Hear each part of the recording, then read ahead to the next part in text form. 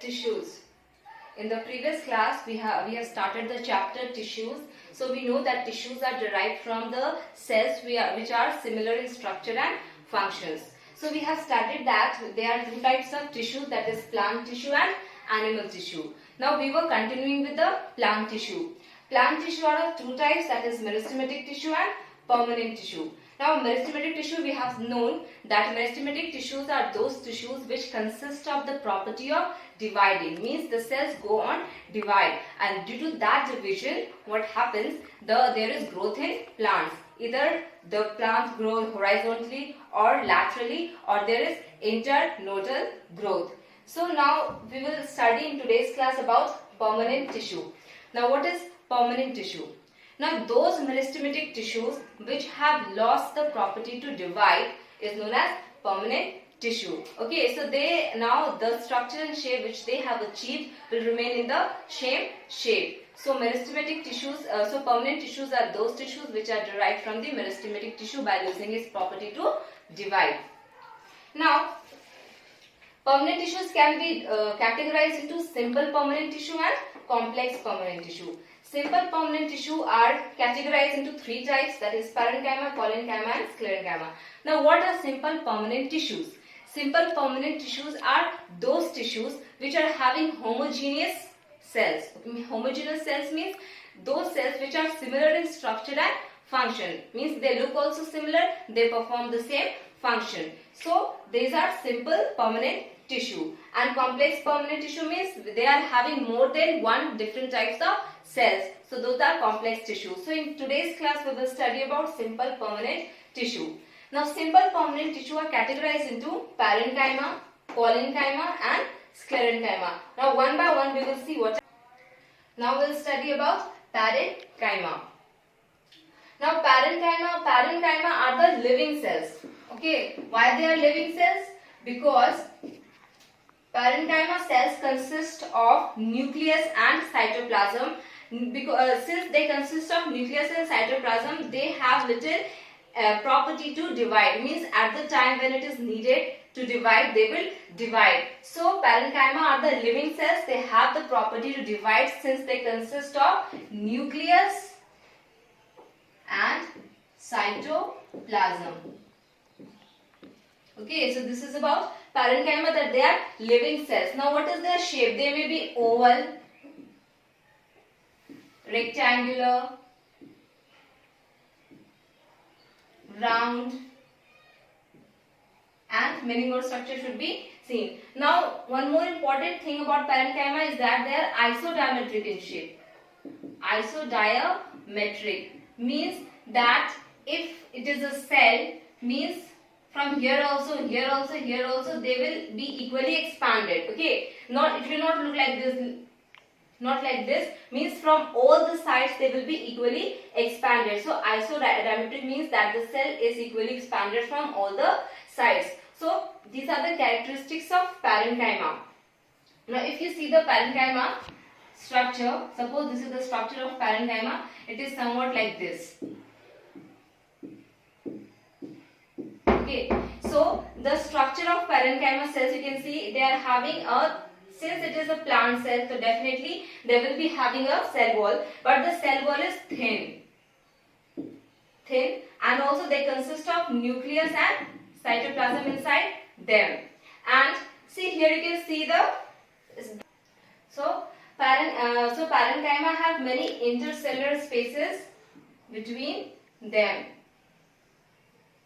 Many intercellular spaces between them. The cell wall is thin, it consists of nucleus and cytoplasm, and it has the property of dividing. Now what are the functions? This is how it looks, the parenchyma cells. Okay, now what is the function of parenchyma? Function of parenchyma. Parenchyma help in the exchange of gases. Exchange of gases. How parenchyma help in the exchange of gases? Because the stomata which are present in the leaves. So stomata which are present in the leaves, they are also made up of epidermal cells, that is made up of parenchyma. So they help in the exchange of gases. They help in the storage of food like starch, sugar, etc. So they help in the storage of food. Now parenchyma are of two types. Parenchyma are of two types. Now when the parenchyma consists of chlorophyll in them, the cells of parenchyma, when it consists of chlorophyll, then it will be called as chlorenchyma. Chlorenchyma. And what is the importance of this chlorenchyma cells? They help the leaves to prepare its food by the process of photosynthesis. Now, second is arenchyma. Now, what is arenchyma? Arenchyma is mainly present in the hydrophytic plants. Hydrophytic plants means the aquatic plants. So, aquatic plants, if you see the structure of aquatic plants, there are large air spaces present.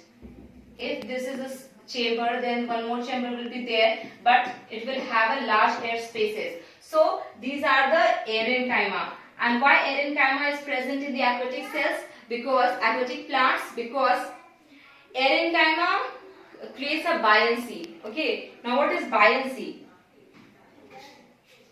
Buoyancy is the property by which a particular object moves upward. So due to the buoyancy present in the aquatic plants, they float. Due to the presence of buoyancy, they float. Okay. And what is buoyancy? Buoyancy is the property possessed by anything which helps to move that object upward in the upward direction. So it helps the plant to float. So these are the properties, these are the functions of parenchyma. And parenchyma, what are the functions? That is, they help in the exchange of gases, they help in the storage of food, they also provide mechanical support.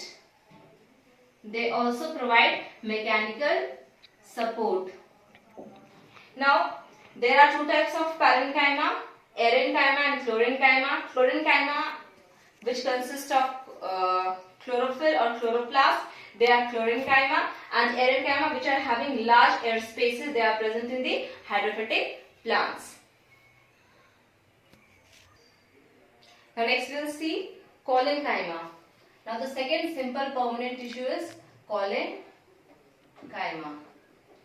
Collenchyma are also living cells. And they have, if compared to parenchyma, they have thick cell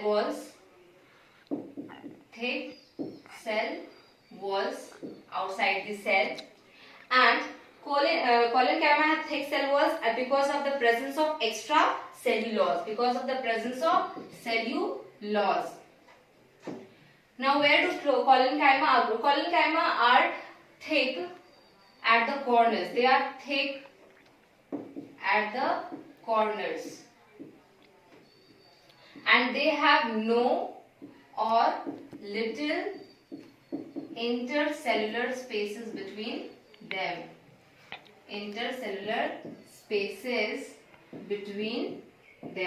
Now here, if we see the structure of collenchyma, this is how a collenchyma looks. See, it is having very little or no intercellular spaces,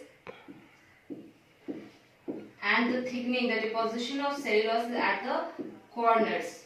So here the black markings here show the thickening of the collenchyma, and collenchyma are especially present at the hypodermis. Hypodermis is the part, if you see the structure of stem, hypodermis is the part just below the epidermis. Epidermis, then hypodermis, then parenchyma, then different kinds of various cortex region are present. So this is present mainly in the hypodermis, and it has the thickening present at the corners. So corners is having the thickening. Now collenchyma is especially present in the dicot, stems, roots, leaves, fruits, etc. So where is collenchyma present? Collenchyma is especially present in the stems, roots, leaves, fruits, etc. Now collenchyma is not present in monocot. It is not present in monocot. Why? It is not present in monopod. Why? Because in monopod there is early development of sclerenchymatous cells. Now we'll study about sclerenchyma. Sclerenchymatous cells which are hard. These are hard. So due to the early development of sclerenchymatous cells, monopod do not possess collenchyma. Since sclerenchymatous cells are hard. So this is the characteristics of collenchyma. Now what are the functions of collenchyma? It also provides mechanical support to the plant part. Then it also helps in the storage of food. Now some cells of collenchyma may possess chlorophyll. So when they possess chlorophyll, it means that they are helpful in the manufacture of food. So these are the functions of collenchyma. Mechanical support, they provide mechanical support to the plant. Then they help in the storage of food. And since some cells of the collenchyma possess chlorophyll, so they help in the manufacture of food. Why? Because chlorophyll present in the cells help in the preparation of food by the process of photosynthesis. So this was about collenchyma. Sclerenchyma. So this is the third simple permanent tissue. Now sclerenchyma are dead cells at maturity. Dead cells at maturity means dead cell means they have lost their protoplast. They have lost their protoplast. Means when they were young, they were having the protoplast, but when they attained the age of maturity, they become dead cells. Why? Because they have lost the protoplast. Now what is protoplast? If you see the structure of a plant cell, now all the organelles embedded in the cell as well as the cytoplasm and the nucleus.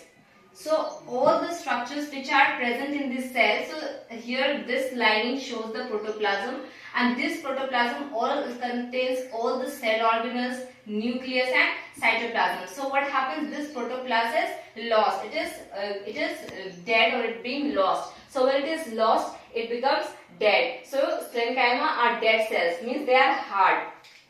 Now sclerenchyma possess lignin. Sclerenchyma possess lignin. So due to the presence of lignin, what happens? It provides rigidity to the cells. And due to this, what is the function would be? The function of sclerenchyma would be means they will help in support of the plants, provide support to the plant. Now, if we see the structure of sclerenchyma, they are very, very tightly packed. Means there is no intercellular spaces between them. We can't see any intercellular spaces. They are very tightly packed.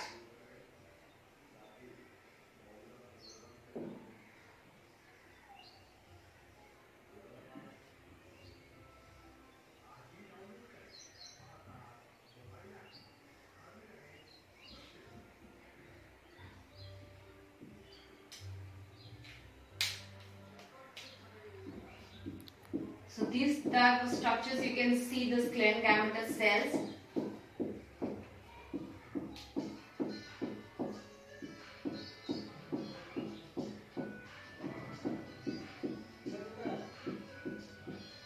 So this is the structure of sclerenchyma. This is how it looks. So here is no intercellular spaces between them. So these are the characteristics of sclerenchyma. Now what are the functions of sclerenchyma? Functions of sclerenchyma include mechanical support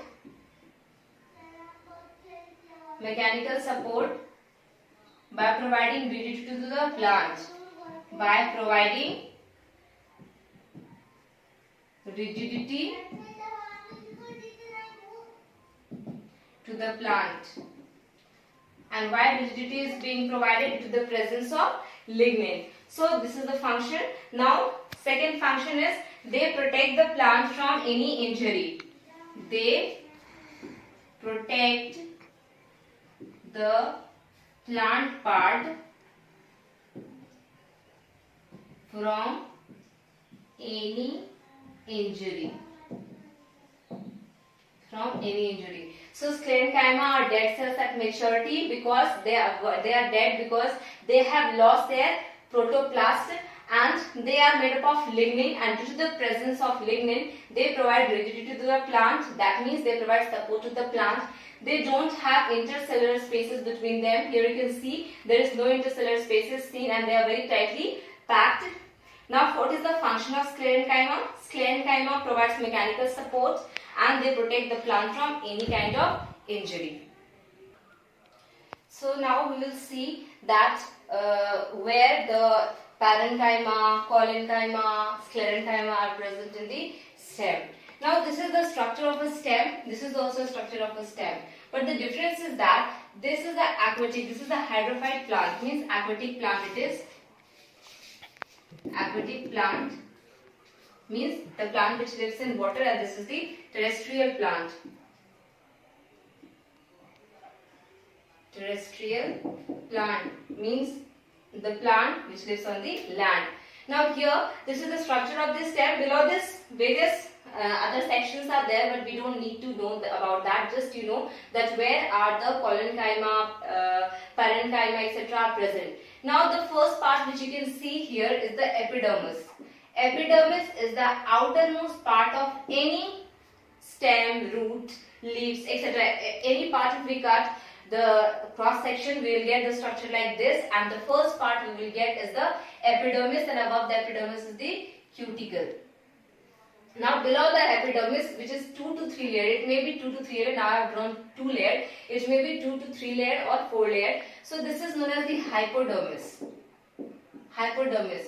So as I said that collenchyma are present in the hypodermis. So here you can see the red mark, these are the collenchyma. Collenchyma. These collenchyma are interrupted, means in between the collenchyma some parenchymatous cells are present which consist of chlorophyll. So they are chlorenchyma. Chlorenchyma, and these are parenchyma. So this is the TS or transverse section of a plant known as acranthus. Acranthus. So if you cut the section of acranthus, you will get like this. First you will get the cuticle, epidermis, then hypodermis would be there, which consists of collenchyma, then consists of chlorenchyma. Chlorenchyma means the cells which consist of chlorophyll, and below will be the parenchyma. Now next here, this is the transverse section of Marsilia. Marsilia you can get easily near the pond, etc. So this is the aquatic plant. Here also the upper portion will be the epidermis.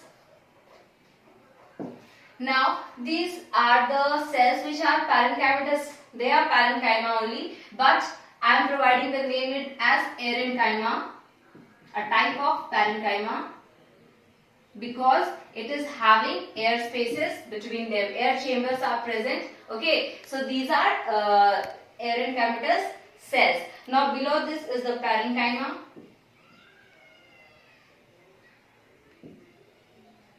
And now next here you can see these red structures, these are very tightly packed. These are sclerenchyma.